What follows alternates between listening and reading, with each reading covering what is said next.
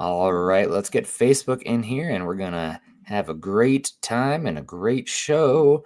We're spinning the wheels.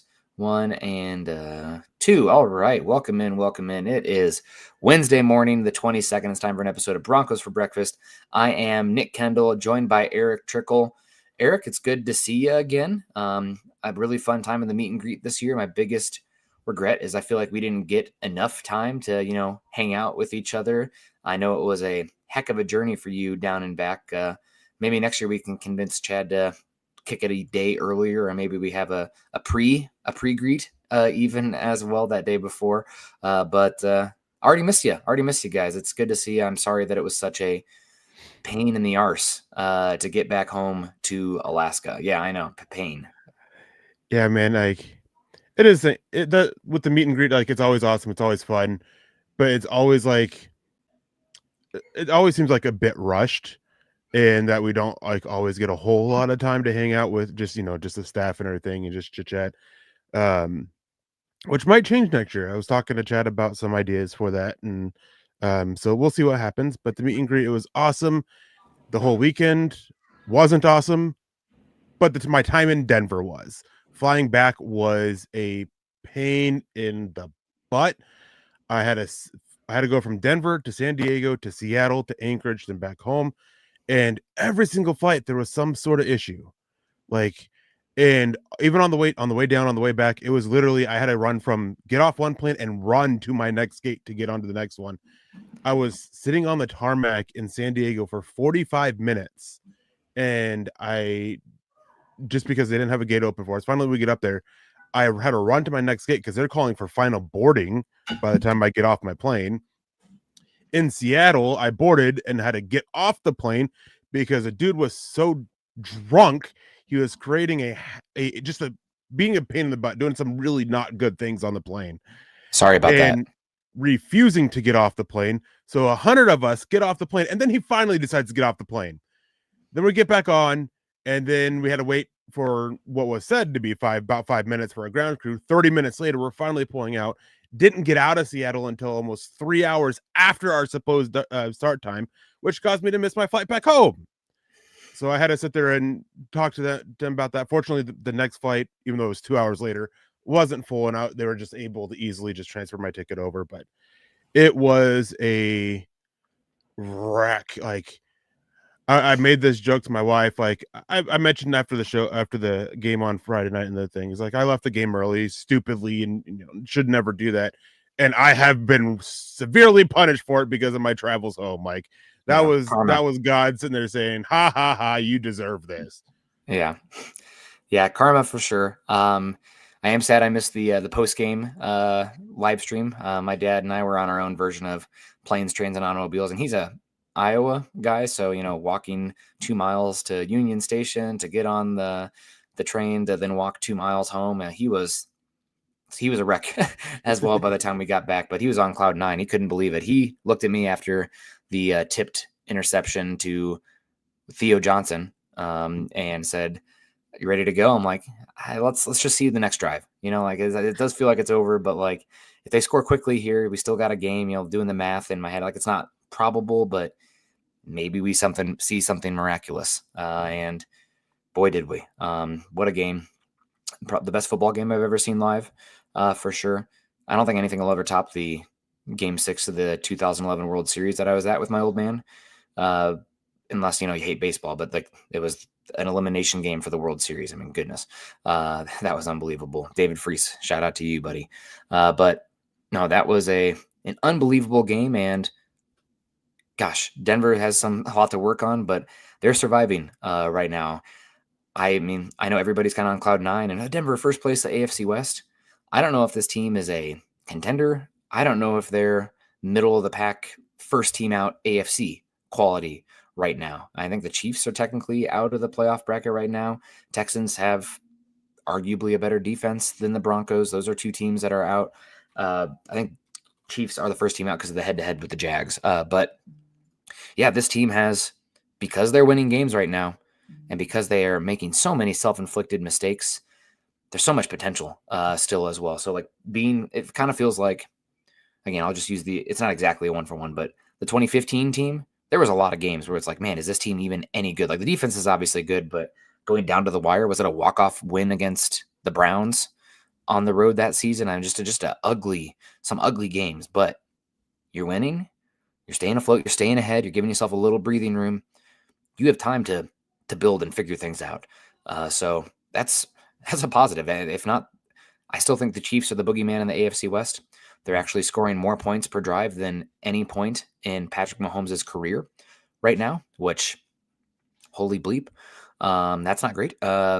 Small sample size still, but the offense looks scary now that they figure things out and Rice is back. But Denver's got the lead right now, and they've played the Chiefs tough. So we'll see. I think that game's going to be a bloodbath. If anybody has means to tickets for that game in Denver versus Kansas City, I'd like to flex my lungs on that one and give Denver a little bit of help there. Giving us some help. Denver Luke. Good morning, Nick and Eric. Let's beat the Cowgirls. Broncos are 2-0 in throwback uniforms. Yes, they are. David Youngkin in the house. Good morning, fellas. Defense will do the same as they did before Greenlaw came back. No new wrinkles. Talking about Greenlaw's suspension being upheld. Bummer on that front. And we got Andrew Lampy coming in saying, morning all. Hope everyone has a wonderful day. I'm going to have a wonder day, Andrew, just because you said that. But yeah, no, thank you so much. Other people coming in, hanging out. We got Conga is in the house. The Boogmeister makes me sick seeing other shows. Still not giving Bo his credit. What the hell is it going to take? Setting 2 NFL records isn't enough, I guess. It's going to take more consistent performance from him right now. He doesn't have like the college love and hype. Otherwise, he would be getting, slammed down the throats like Tebow was for some of the crazy fourth quarter stuff that happened with Denver when they unleashed him. But right now, I feel like it's hard to like go all in on Bo Nix because it's so erratic right now. The offense is Mr. Jekyll and Dr. Hyde, Dr. Jekyll and Mr. Hyde. I don't remember which one it is, but it's just so volatile. And I don't think they're like calling anything that differently. It's just the execution has been better. And I mean, shout out to Bo Nix. Dude has balls of steel to play like he has when the chips have been down. He deserves credit for that. So again, is he, going to do this all the time? Is this just a weird anomaly? Denver has to play better, more even football. This is not a sustainable strategy for winning, not showing up until the fourth quarter. You're going to get beat by better offenses specifically. If this is how your offense is performing in response. Yeah. And like Whippo Nix in the Giants game and even the Jets game, I'd say that the issues with the offense were little of it was on him. Obviously, there were some issues with him. Mm-hmm. And I mean, you had 5 drops in the game. You had, I think, 4 of them on the first 2 drives. And some of them were big opportunities. So it was just a lot of issues. The blocking was awful. They weren't doing anything. And one thing that I will say is a little bit on Bo Nix that has to get better is work in the middle of the field a little bit, especially if you're going to be calling screens as much as you are, which I wrote about this and the article should be coming up soon, but attacking the Giants with the screen game wasn't a bad idea. If you actually watch the Giants, their cornerback play coming downhill is god awful. The angles their safeties take and linebackers take is god awful. So getting the ball out quickly, attacking the outside, that was a smart thing to do. The issue was the safeties and the linebackers are able to cheat their inside coverage, play quicker to the outside. That makes up for their bad angles. And the Broncos couldn't counter that because they don't work the middle of the field very well. That is something that does fall on Bo Nix because Sean Payton loves to work the middle of the field. So you got to figure out something with that to help make those effective. And that's one of those areas where Bo Nix can take a step up forward, but you can't bet on, fourth quarter Bo Nix every single game, although it's starting to feel like it, you can. Because like the last 3 games, like, oh my God. But at some point he's gonna fall short. So you do need a little bit better from him throughout, but you need better from the whole offense because this offense as a whole was absolutely abysmal for 3 quarters against the Giants. And as I said, Bo Nix was maybe like, I'd say probably less than 10% of the issues with the offense in this game. I mean, you have 10 of the last 12 quarters where they've been a bottom 5 offense in the NFL. You have that whole Jets game, WTF. the first 3 quarters of the Eagles game, the first 3 quarters of the Giants game as well. So they need to clean it up. And speaking of clean it up, we do want to give a shout out to our sponsor today, Eric. Yeah. So if you're still figuring out gifts, House of Atlas is a no-brainer. Perfect for your brother, your roommate, or even yourself when someone asks what you want and don't feel like thinking. Their grooming kits make it simple to clean up, and they actually look as good on the counter as they feel in your hand. The razor's weighted handle and precision trim edge make it effortlessly to get a smooth, clean shave every single time. Something most razors just don't do. And the best part, you can grab them at Target stores nationwide or online at target.com, so you don't have to overthink it. That's right, guys. Atlas is redefining men's grooming with premium tools and products designed to look good, feel good, and actually perform. I love the razor because it feels solid in your hand. It's not flimsy like a disposable razor, and the precision trim edge makes detailing under the nose, sideburn, and edges simple and precise. Beyond the shave cream and aftershave elevate the routine with their refreshing and subtle signature scent, making grooming feel more like self-care than a chore. Yeah, so don't stress out over last-minute gifts or settle for shaving products that don't deliver. This holiday season, give yourself or someone on your list the upgrade they deserve with House of Atlas. Grab it at Target stores nationwide or online at target.com. Yeah, we got David Kilgore coming in, $19.99. David, thank you so much. This is so generous. You guys are killing it. I know, again, the economy and the job market and the inflation, it's a tough times right now. I mean, you can see that with a lot of metrics, but this is always generous. It feels extremely generous right now. So we really do appreciate you coming in and showing the love. So shout out to you. Also, great old school logo. I'm so excited for the uniforms, Eric. I know that some people, it wouldn't be special. Just give me the best uniforms, the old school one. Yeah. I mean, right here, I did way better. Sorry. David Kilgore says it was a great game and great comeback, but I'm concerned. But the 2 T's there, I'm not going to let you off the hook there. I'm concerned about why we even had to. In your guys' opinion, what's going on? Will we be active at the trade deadline? So what's going on, Eric? This is a tough question. I mean, watching the game back, God, as painful as it was, I didn't feel like they really changed anything play calling wise from the Broncos. The blocks started holding up. Bo started hitting them a little bit more in rhythm, and guys were catching the football. I didn't feel like, toss out the playbook. We go from under center, 12 personnel to all of a sudden it's 10 personnel shotgun. The pace did speed up. It was a 2-minute offense more so, but I don't know what the answer is here other than the BS, execute better, which, duh. Are you in favor of the offensive execution? Yes, I'm in favor of it. But I'm not sure if there's a secret knob to turn. And a lot of people are frustrated with Peyton. Some are frustrated with Bo Nix. Would it be better if you had, more talent? I wish. My big thing is I wish, and I don't think it's going to be fixed this year. The offensive run game is fine. It's good. You're getting some explosives. I think J.K. Dobbins is one of the best running back yards over expectation per carry running backs in the NFL. And they're hitting so many screens. I don't think that's necessarily a bad thing in itself. I just wish the easy button for the offense was duo power and running the football down by down. It just doesn't feel like a team that they can line up and run it against you right now, which I wish they could. I think that would simplify things so much. And I'm not sure what the pass count was entering the fourth quarter, Eric, but Bo Nix, another game where they finished with 50 dropbacks. Again, a third quarter, probably more indicative of the split, but I wish it was closer to 50-50. I wish they were able to run the ball more effectively down to down. Yeah, I mean, there's a lot of issues, and one of the things when watching it back was that they just started executing a little bit better. But I don't know. It seems like there is something between going a little bit more tempo and the Broncos offense just executing better, and Bo Nix especially executing better. So I don't know, when things are as bad as they are for the third quarter, and then you just come alive in the fourth like they did. Obviously it's a multiple errors that lead to that. But we've seen time and time again how Bo Nix and this Broncos offense does when they do go a little bit more tempo, and it's not something they need to do all game. I've seen a lot of people pushing back because you can't go up tempo full game. Nobody's saying that. But when your offense is as bad as they are for 3 quarters, and you know how they do with going tempo, maybe go tempo a little bit earlier. And it doesn't have to be every single series. And there's what is it, 4 different variations of going up tempo. So you have full up tempo, which is what Chip Kelly did. Get up to the line quickly, snap the ball quickly and play, and then just keep going. I'm not saying do that, but you can kind of go this more. So maybe not up tempo, maybe it should be the way, but more of a like medium tempo. You get to the line quickly, and then you can sit there and have that moment. Make the calls that you need at the line, make sure everything's set, and run out the clock a little bit. You don't have to snap and get up to the line and snap it right away. You can still snap it later with 3-5 seconds left on the play clock.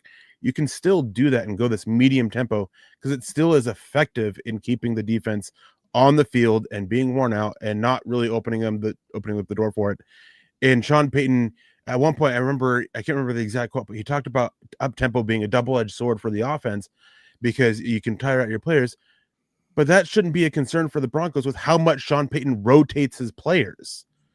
Like, you can sit there and you can change it up still, and you can go up tempo for a little bit and then slow things down for a play or two and then go back up tempo.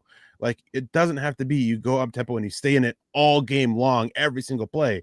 Like, you can change it. And so just do that a little bit more, because when Denver goes up tempo, I can't remember exactly where he's at, and this was before the Giants game. When Denver goes a little bit more with a little bit more tempo, he's like the fifth best quarterback in quarterback efficiency in EPA per dropback, and the offense is like, I think it's like they're like 6th or 7th in success rate when they're going with a little bit more tempo, and you're just not doing it enough.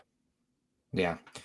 The one pushback I'd have on that, Eric, is that how often they actually have up tempo. One series can drastically change those numbers because how many are there? 10 series like that this year, 12 compared to the overall. But again, there's something to it, I guess. I mean, right now I'm at the point, and again, Sean Payton has forgotten more football than I'll ever know.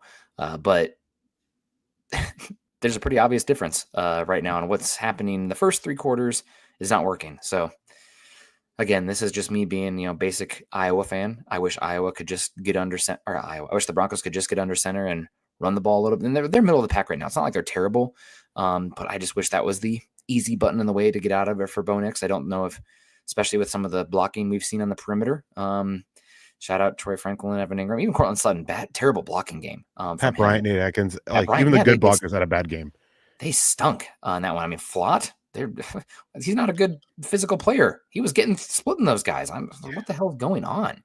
But I wish they could just line up and run the ball a little bit more effective and then lean into some of those shot designs in play action. I just don't know if the screens when your blockers on the perimeter are stinking as bad as they were. And shout out to the Giants. I mean, they brought it. They blew that up. One thing I did want to ask you, Eric, anything to just the incredible amount of batted balls that we've seen here. I think we had was like 8 to 10 in this Giants game. I mean, it was terrible watching back. I know that Bo Nix, I'm looking at the stats right in front of me right here. He's 30th in the NFL in clean pocket EPA per dropback. And some of that where's the pocket maneuvering awareness? It's something we've been complaining about with Bo Nix. The Garrett Bowles one, like, what are you doing? Sprinting forward off balance and closing the angle on a guy when all you have to do is hit that back foot and lollipop it. He's country mile wide open, and doesn't mean he catches it. I mean, he's an offensive tackle, but any thoughts on the batted balls? Is it just the footwork? Is it not understanding lanes? It's not like he's 5'11" with issues there. Like, he's 6'2", which is not a giant, but shouldn't be getting batted like he is. Yeah, it was an issue last year though. Yeah. Like, he had 16 batted passes last year. He's at 7 this year. Like, it's one of those things where there's obviously something, like, maybe he's just like, what would be the right way to put it? Underestimating defenders with their length to, either get up and get it or and get into the throwing lane or something. But there is obviously some sort of issue there with that. And then you got to figure out, because it's so, I don't want to say frustrating, but it's so disappointing when you see a open receiver. And there's like on 2 of the batted passes in this one, you could see the open receiver, the open target, and then you see the ball get batted up in the air, which is so risky, because once that ball's in the air, it's a lot easier, especially when things are so muddied in the middle or in the trenches with that. Like, it's such a risk. So Denver needs to figure something out a little bit. And part of me wonders if the issues that Bo Nix has worked in the middle of the field stem from that, because with most of those batted passes, even going back to last year, a lot of them come with working, working more in the middle of the field. Where's the dagger concept? They were so good with it last season. Granted, not a high volume, but the rate felt good, and we're just not seeing it at all this season. So I don't know. Again, Denver's 5-2. The offense is like 20th or 22nd in EPA per play. The dropback success rate is, I think, bottom 3 in the NFL. So that's something they got to work on, the down-to-down efficiency. But they're 5-2, and they got a lot to work on. I do want to get to these supers. Can I just add one more thing about the batted passes? And Young Tyrone has a comment on here real quick. It says ball's got a lot to do with the offensive line. This is one thing that I had an issue with last year. You see these jumpers, that's part of how they're getting the batted passes. Punish jumpers. Offensive linemen, come on, man. That's one thing that is so frustrating to see, because that is something that, a lot of offensive linemen are taught in high school and college. If somebody jumps, punish them. And Denver just doesn't punish them. And they haven't done it like for years. Just start punishing jumpers, make them pay for getting up there. Because guess what? It's one of the things that you can do that's not penalized. It's not a penalty. Suplex, so baby. Punish them. Take him down. That's one thing too about the offense, and this just might be, again, Midwest Iowa football, but it feels like the offense is more on the passive side of things right now. They feel like an offense that you'd see in Miami or a dome in New Orleans. And I know Sean Payton believes in the trenches and invested in the trenches, but it feels like a lot of times they are not dictating up front. And they did a little bit more last season. I just wish they were a little bit more, see football, eat football up front. You do get a little bit of that with Dobbins. Don't feel like you're getting that from your perimeter blockers at all, really. Nate Atkins sometimes, but that's about it. So I don't know. I just wish there was a little bit more. The Broncos added edge on defense this season. I don't feel like there's any. Bo has edge. Let's be real. Bo Nix has edge, which is phenomenal. I love it. But the offensive calling doesn't really feel physical right now. Did want to say hello, of course, to our guy, Michael Ronk. Oh, there he is. These are not in order for some reason. The starters are not. Michael Ronquillo, great to see you. Good morning. $5 super. God bless you. I think we already got David Youngkin. Good to see you, David. David Carmelo, 41-20 Cowboys. That was my pick before Greenlaw News. That's my pick now. If Denver gives up 41, we're going to have the eyes wide shut conversation with the defense. I don't know if that'll happen. But could happen. I know there's been games where there's been awesome offenses coming in and Denver has a great game plan. We've seen, as much as I am a Dak Prescott, no doubt top 10 quarterback, playing as well as any quarterback in the NFL right now, he could come in and, crap himself in this game and have a Dak game where he throws 4 interceptions. So anything can happen. I think Denver hopefully will be a little bit more tuned in this game because the defense. Uh-oh. Looks like Nick's in that last one. Yeah, I'm hoping Denver can get after it a bit in this one. We also got James Todd coming in here. Crazy Bo's play is erratic, and currently we're 63% completion rate, 14 total touchdowns, and 4 picks for the season. He needs to play better, but some of the hate is out of pre-existing bias. I'm sure some of it is. The thing that drives me a little bit nuts, Eric, and we kind of saw it on the Broncos' failed touchdown goal to go situation. I think some of the passing touchdown stats are somewhat artificially inflated because Sean Payton calls the goal to go in red zone like he's trying to in the race for the Heisman. We didn't see a single run there. And I know that we just talked about them not being physical enough, but much more worse things can happen in the pass and when the condensed field than the run. And I know Sean's a great designer. How often he has to get guys wide open more than as much as anyone in the league in the red zone in the goal to go situation just for free touchdowns. But Denver's got to be the highest pass expectancy over run in the red zone of any team in football. I mean, it's like Sean Payton. He did this with Drew Brees as well. It's like, oh, we're gonna pad some stats. Not necessarily. I think it's confidence in the pass design and the players executing, but I think it does inflate the touchdown numbers. And I think that Bo Nix is can be overly cautious to a fault at times, and we Oh, saw a lot of that in the Giants yeah, game.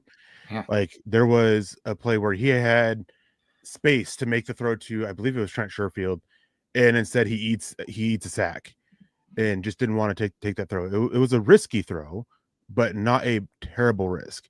And then on the he needs to play better aspect of it.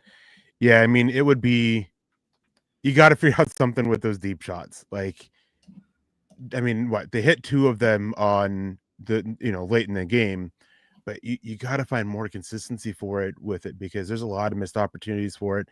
There was one in this game where Bo Nix, like he actually had, I believe it was Troy Franklin. He had a shot with Troy Franklin and he just throws it out of bounds, like drops it out of bounds for Troy Franklin, where he ended up not having a shot at it. So you got to be a little bit better with that, and which is part of the thing. But the touchdowns are a little bit inflated, and on the whole thing with the lack of run game, I think a lot of that is not only confidence in the um, passing game, but confidence in himself and Sean Payton in his designs in the passing mhm. game. Yeah, Because exactly. even That's what I was this saying. year, we Yep, have seen some brilliant passing concepts working into it. And even though it didn't work, the one to Garrett Bowles, that was a brilliant design. It just yeah, wasn't executed because the ball was tipped. yep.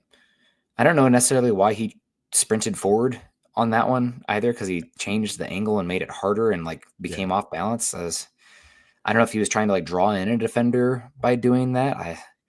I don't know. It's frustrating. Nate Tice kind of made a comment about Bo Nix. Some of his pocket play and his athleticism is like getting out of the pocket and pumping 3 times to run out of bounds. I Mhm. mean, obviously that wasn't the case in the fourth quarter comeback, but I mean, we see the potential right now. Like there's some big time throws. And does he have a top, 15 arm as far as strength? It's plenty strong. It's not a freaking howitzer, but the combination of when he's clean with his technique and he's confident in what he's seen, the combination of the athleticism, the build, the arm talent, the accuracy is all franchise quarterback. I mean, dare I say, if he gets it together with the mental and the technique stuff, like there's potential to be a top 10 quarterback there. There really is.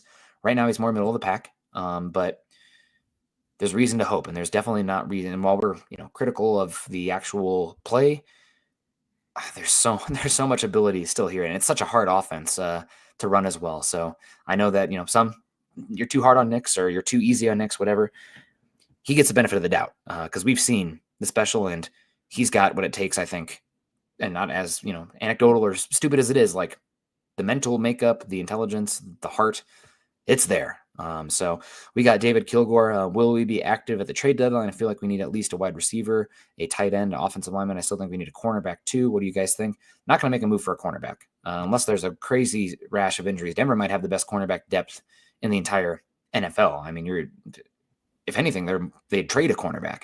I don't think that'll happen, but that's more likely.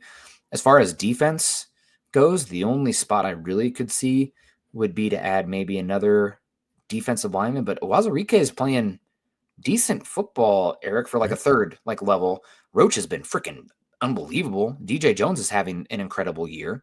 Uh, I mean, I think the defense. I can't even think of an area where you would add to the team. I mean, maybe you add like a defender who's a special teams kind of guy, but defense, I'm not sure.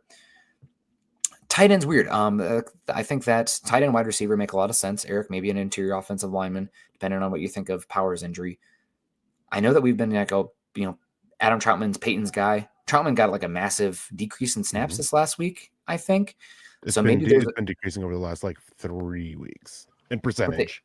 but they still want to be a 12 tight Yeah. team from time to time. So before I was like, oh, they would never displace Troutman. Now I'm like, oh, if there's a wide tight end out there, maybe for Denver, maybe. That's where I'm looking. Maybe a wide receiver as well. We still have time. None of the young three have been consistent enough to be like, oh, yeah, that's your wide receiver two coming up. There's potential, but Denver's in a window right now, and they have that extra fourth round pick burning a hole in their pocket. So maybe I don't know if you heard my wife just sneeze, big sneeze, tight end or a wide receiver. Yeah, I would say tight end, wide receiver, and linebacker will probably be what they're looking for.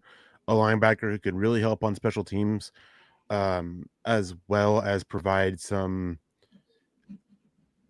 maybe some potential for the future as well. So I don't think they'd go for a big like star linebacker. I know there's been some people wanting like there for a while wanting Denver to go after Roquan Smith before he got hurt with the Ravens. They were wanting that. I wouldn't expect that.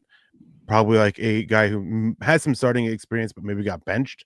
Logan Wilson might be one that they would look at, but tight end, tight end, and wide receiver, I think are more likely. Guard is very much a possibility.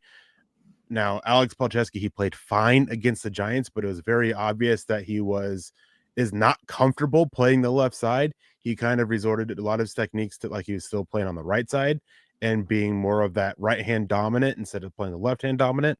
Now, the saying is switching sides is like wiping your ass with your non-dominant hand. And so that's kind of what it was. And there was a lot of Palczewski resorting back to that, which worked, but part of that working was the quality of the player that he was going against. He didn't go against Dexter Lawrence a whole lot, and he did well when he did. But there's a lot of guys in the NFL that are going to be a little bit better at taking advantage of that than wide receiver.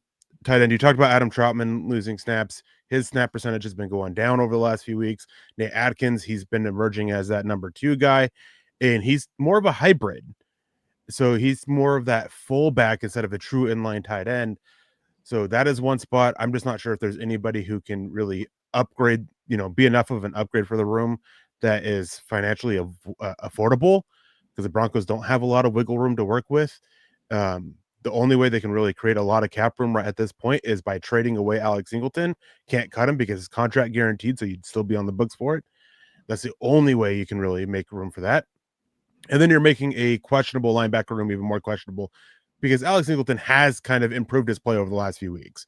Still has some issues, yes, but last 3 games have been good from Alex Singleton overall. Then wide receiver, already the room is very different looking than it was at the start of the season, where Pat Bryant was very obviously wide receiver 5, and now he's very obviously wide receiver 2-3. His snap counts have been second or third most over the last few games with Troy Franklin there. A lot of that's because he is really emerged in that blocking role. Trent Sherfield's seeing only a handful of snaps every single game. Marvin Mims is being utilized purely as a gadget player, basically, for them. So, and that's not how it was to start the season. Mims was wide receiver 2, Franklin was wide receiver 3. Then you had Sherfield and Bryant. So it's been really mixed up because they're looking for somebody to emerge and nobody is. So wide receiver, that is one where even though they traded Devon Bailey because they had a log jam at the position, well, nobody stepped up enough since then to make them, super comfortable. And wide receiver has one position that Mike Kliss specifically has mentioned Denver has been looking at a little bit. I am curious about Tyler Lockett. I think there was preseason talk there for Tyler Lockett to Denver this year, and he went elsewhere for opportunities, but he's a free agent now. Again, does he move the needle that much? I don't know. Chris Olave interests me, but you're probably talking about a first-round pick and a new contract for a guy who needs he's one hit away from some big concerns there. So it's tough. It's tough. Scott Kale, what about a new center? I would love a new center. Personally, Eric and I remember riding the train to Seattle talking a lot about like somebody who can come in and play left guard and then kick to center, and it's kind of hard out there. And then, like, are you trading a lot for somebody who's just going to be displaced when Powers comes back? Yeah. I think we still want to see what Palczewski looks like the next, 2 more games until the trade deadline? It's 2 or 3. I can't remember exactly. I wish they'd move it back to the 2/3 points of the season, but is what it is. But I would love a new center and somebody to maybe offer a little bit of upside, but like you hate to ask, like Bitonio, can he actually? I know he's a vet for a long time. Can you snap the football? It's like, could you play left guard for a bit and then come in and stabilize things? I don't know. That's a really hard question for Denver. If like Powers was out for the year, I think it'd be an easy conversation. 6th round pick, 5th for sending back a 7th, something like that, and getting a left guard long term. But Powers is supposed to be back now in another 5-6 weeks, maybe, hopefully. And he was playing pretty good football before that. So I think right now, if you had you're one, I'll knock on wood, you're one injury away on the offensive line from disaster, especially, we talked about Bo Nix's play under pressure and everything like that. But yeah, it's Offensive line is where I've answered this question every time. It just doesn't, those pieces aren't moved as often as the perimeter players, the trade deadline. Yeah, my dream trade addition, and it's never going to happen because I know how the Titans feel about him. Peter Skoronski. I still feel his best place on the offensive line is center, and he has that experience. He has enough of that versatility where, and we know he can play guard and then kick into center. But Titans, from what it sounds like, even though they're willing to trade a lot of pieces, it sounds like it's a lot of pieces on the defensive side of the ball. With the exception of Jeffrey Simmons, and part of that reason is because of financials. Because of the contract that he got and how it's structured. So they seem to like they want to blow up the defense, restart fresh there, but the offense they want to keep intact, which makes sense with Cam Ward. But Joel Bitonio, he would be nice, but you have the issue of who's going to be. He's even at this point in his career, he's still too good of an offensive lineman to bench. Like he still is good enough to be a starter out there. So when Ben Powers comes back and like, what do you do then?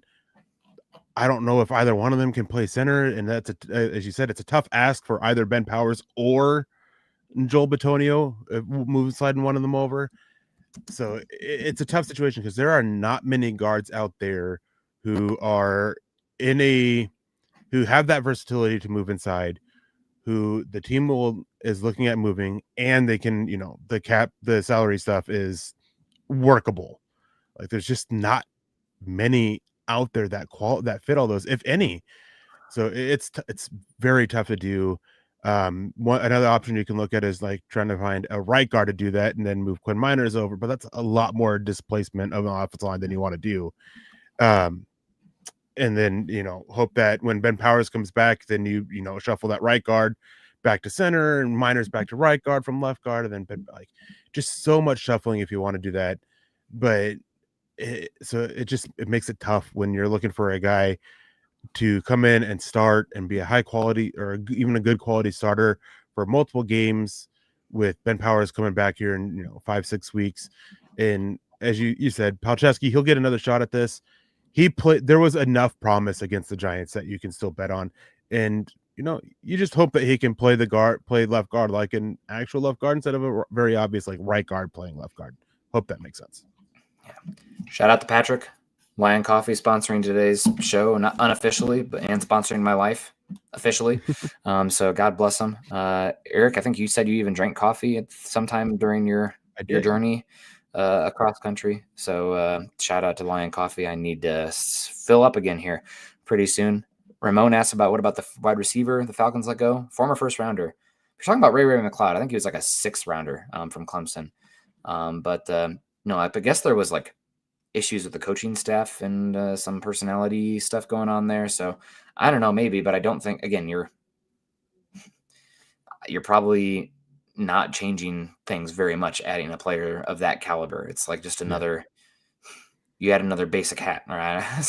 It's I don't know, interchangeable, maybe even worse than what we have. Flying Anger Pig, good to see you at the meet and greet. I'll say Roy Osborne in the house, great to see you. Says Evan Ingram loses too many reps to Adkins. I prefer to see Ingram on the field.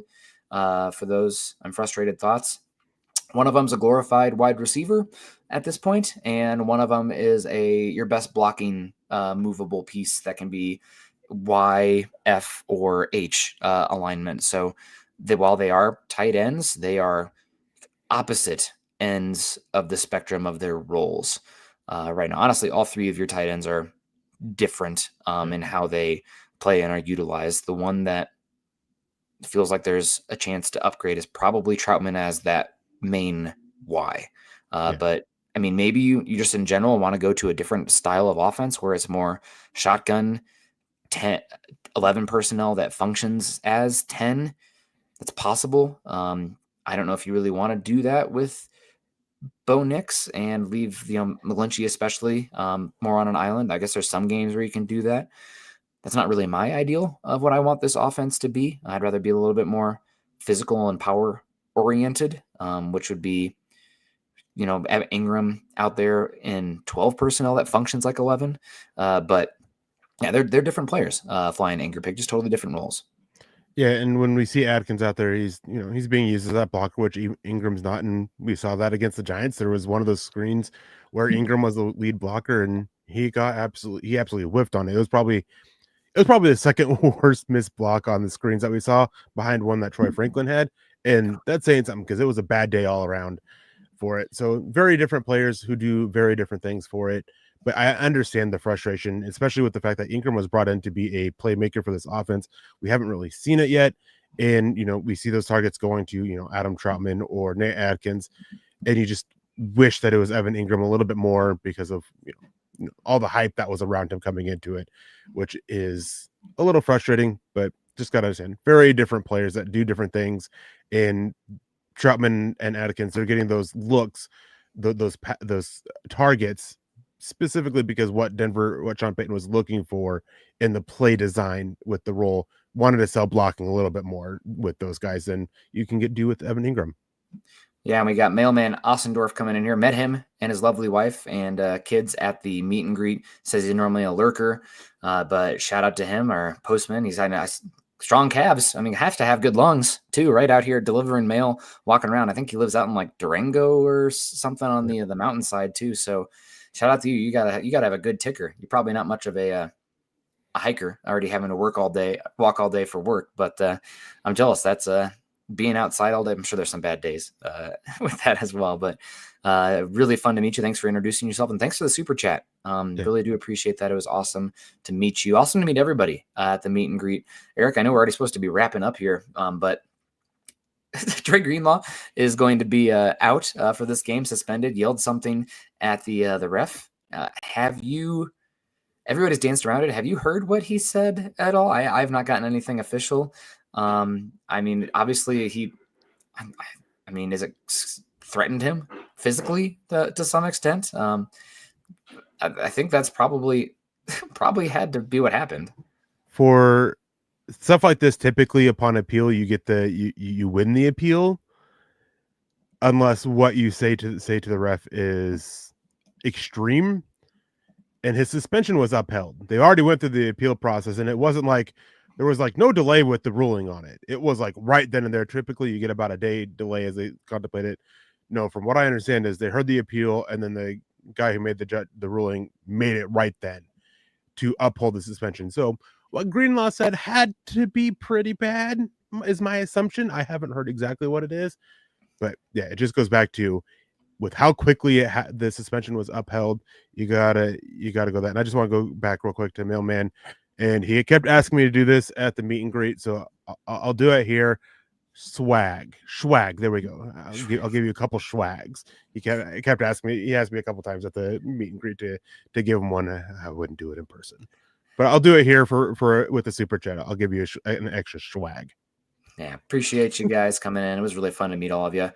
Unfortunately, I was there, I think 30 minutes late because parking and walking with the kid was difficult. I'm new here, so I didn't like all the lots are VIP permit only. I'm like, oh, God bless it. We drove around the stadium multiple times and then got stuck behind the Giants team buses. So, it is what it is. But also once there, I was on a lot of I was calling it quarterback contain. My son was wearing an old school Peyton Manning jersey, and he's 21 months, and he wants to run. And if you guys were at the meet and greet, you saw that big hill. He loves slides. Any sort of angle is a wee. He calls them wees. And he thought, oh, I can go down that. And he would have tumbled violently downhill on that berm. So busy. But I did what I could. Shout out to the wife and my parents for watching the kid for all of that as well. Young Tyrone said they heard the referee got fired. I don't think the referee got fired from the game. I don't think he got fined. Maybe at the end of the year, something happens, or if it becomes an issue. It's not been as publicized as this staff's ineligible man downfield mistake in that Cowboys Lions game 2 years ago. That was this staff. But yeah, they were not very good. And my biggest complaint, honestly, was I wish they were throwing more flags. Eric, now bear with me here. They were not really calling offensive holds, and the discrepancy of offensive holds that were used by each side that were obvious, like maybe a few more on Denver. The Giants were doing it freaking constantly in this game. And to be fair, both sides, they weren't really calling offensive holds. But I think the Broncos, they need to be sending in tapes every week to the league office being like, we're getting tugged here Yeah. because they are not getting. I feel like they're not getting almost any holds called against them, despite their pressure and sack rate. I mean, the Scatabo touchdown, the touchdown to Bellinger. There was another one as well. I mean, just egregious, obvious holds. Not calling it either way, really, but like I think that's hurting the Broncos. On the first touchdown, I think it was John Runyon grabbed Zach Allen inside the pads and the face mask and fell backwards with him. Mm-hmm. And you know, went nuts. that's almost exactly what Quinn Miners did against the New York Jets on the holding that led to the safety.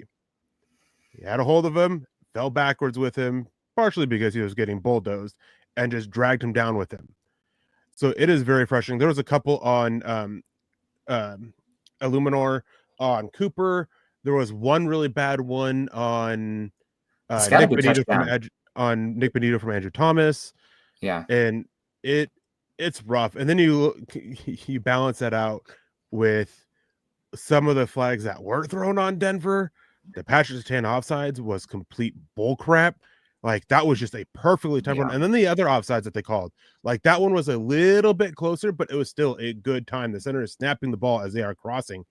Like it is just reading it. And to see flags called on those was awful. To see going back and watching it, I think the defensive pass interference on Riley Moss was the right call, but yes, he holds the receiver's arm. Like he keeps the receiver's arm from getting up there. You don't reward underthrows. The only reason it happened is because it was underthrown. I hate rewarding underthrows. I am well spoken on that. But by letter of the rule, that was pass interference because he holds the arm.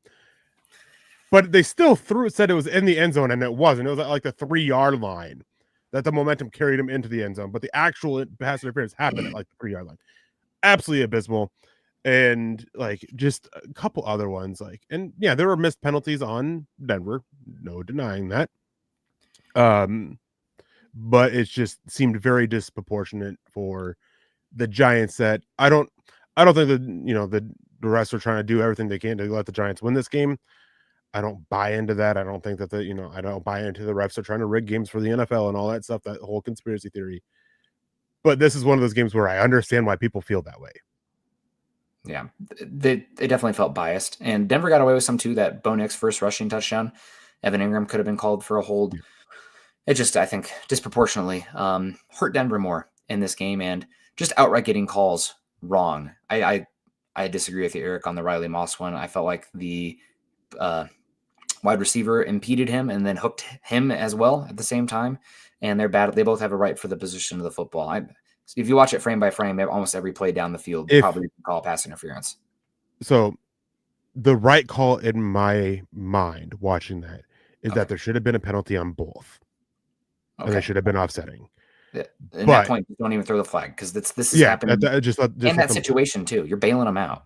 But there was a reason to throw the flag on Riley Moss for pass interference because he holds the receiver's arm down. I'm with Lonnie Jones. He's being profiled. He's being profiled right now. As far as Greenlaw being out, we do got to get out of here. I don't think it changed things very much. It does limit the ceiling of the Broncos, and I think a little bit of the tenacity in the sideline to sideline. I also think it probably, even though Strnad got the pick, with which violence and a ball magnet Greenlaw is in theory and was at the 49ers, maybe you lose a little bit of forced fumble ability as well. But Strnad has been playing pretty good football out there. I know a lot of Broncos fans are calling for Singleton to get benched when Greenlaw is back fully healthy. Maybe that happens eventually, but I honestly think Singleton has played better since week 4 and on. Now he's not great by any means, but he's a run of the mill, garden variety linebacker in the NFL. And they're playing a lot of aggressive man defense, and that leaves your linebackers vulnerable from time to time when you do that. So again, he's got limitations. It's a good problem for Denver to have. Maybe they figure out a rotation. The Chiefs are able to do it with having 3 different linebackers rotated pretty heavily in Bolton, Greenlaw, and my guy Leo Chanel. Very different skill sets, obviously, but Greenlaw is out, and I think maybe we've already been playing great this season. Again, I think it does limit the ceiling. I did want to ask you one thing though, Eric. Do you disagree with me on any of those points? No, I think that it was made very obvious with Greenlaw back for this game that the linebacker who's going to be losing snaps is Justin Strnad. Alex Singleton played 100% of the defensive snaps. Yeah. Like that made it very clear. And Alex Singleton, he is loved by Vance Joseph, like for whatever reason. There's a lot of mistakes there. But as you said, he has gotten better. The Eagles game was the start of the turnaround for him. And he's been really good. Still issues, especially on those wheel routes, those quick, hits to the tight ends. There was a couple issues with that against the Giants. So I don't think anything's going to change right with Greenlaw being out. I think it's just going to go back to what it was. They're going to just do what they did for the first 6 weeks of the season. So no changes there.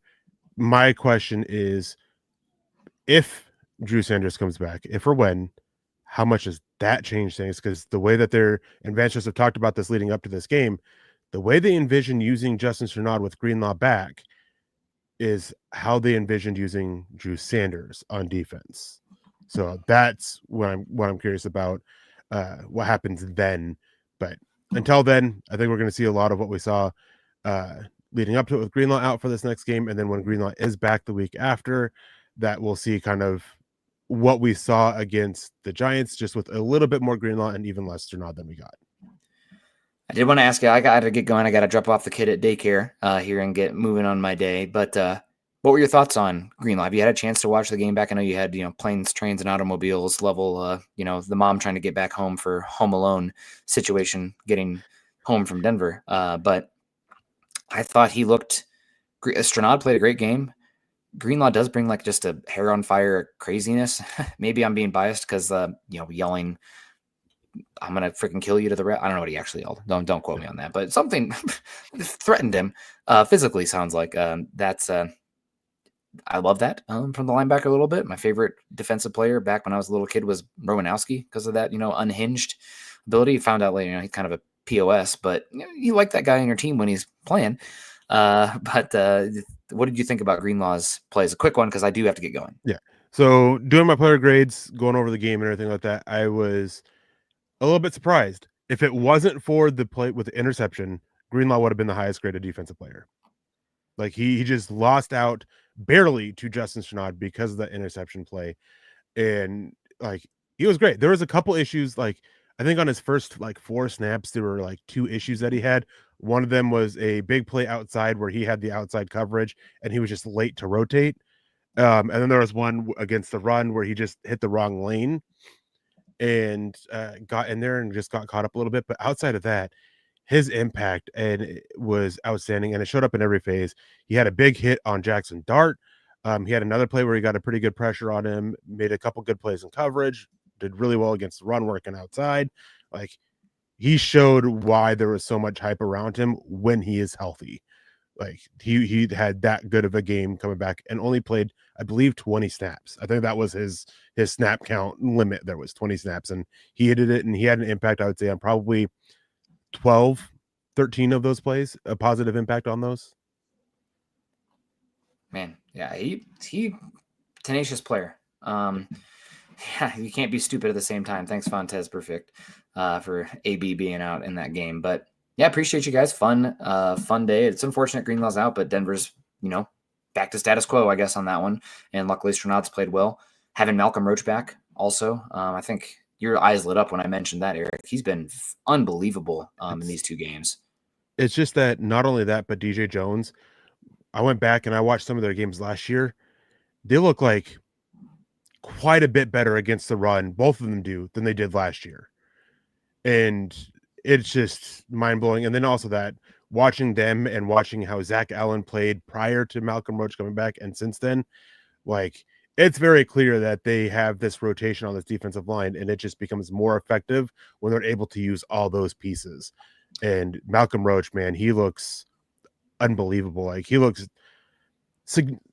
night and day compared to last year. And he had a good year last year, but he was not a good run defender. And he looks outstanding against the run. He's looked better against the run than DJ Jones has. I mean, DJ Jones this season compared to Malcolm Roach the last 2 games.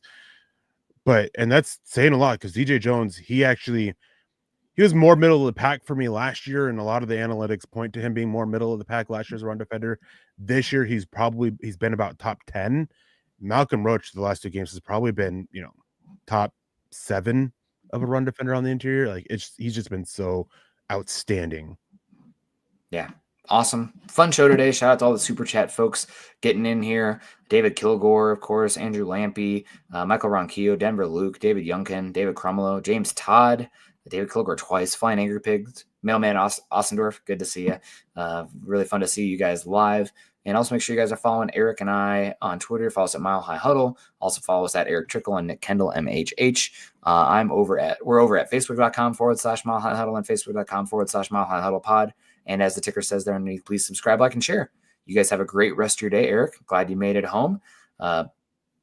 Appreciate everyone coming in here and hanging out with us. It's always good. Broncos 5-2. Man, still just don't believe that game. Pretty incredible. Let's keep stacking wins, baby. Choose kindness and compassion. Go Broncos.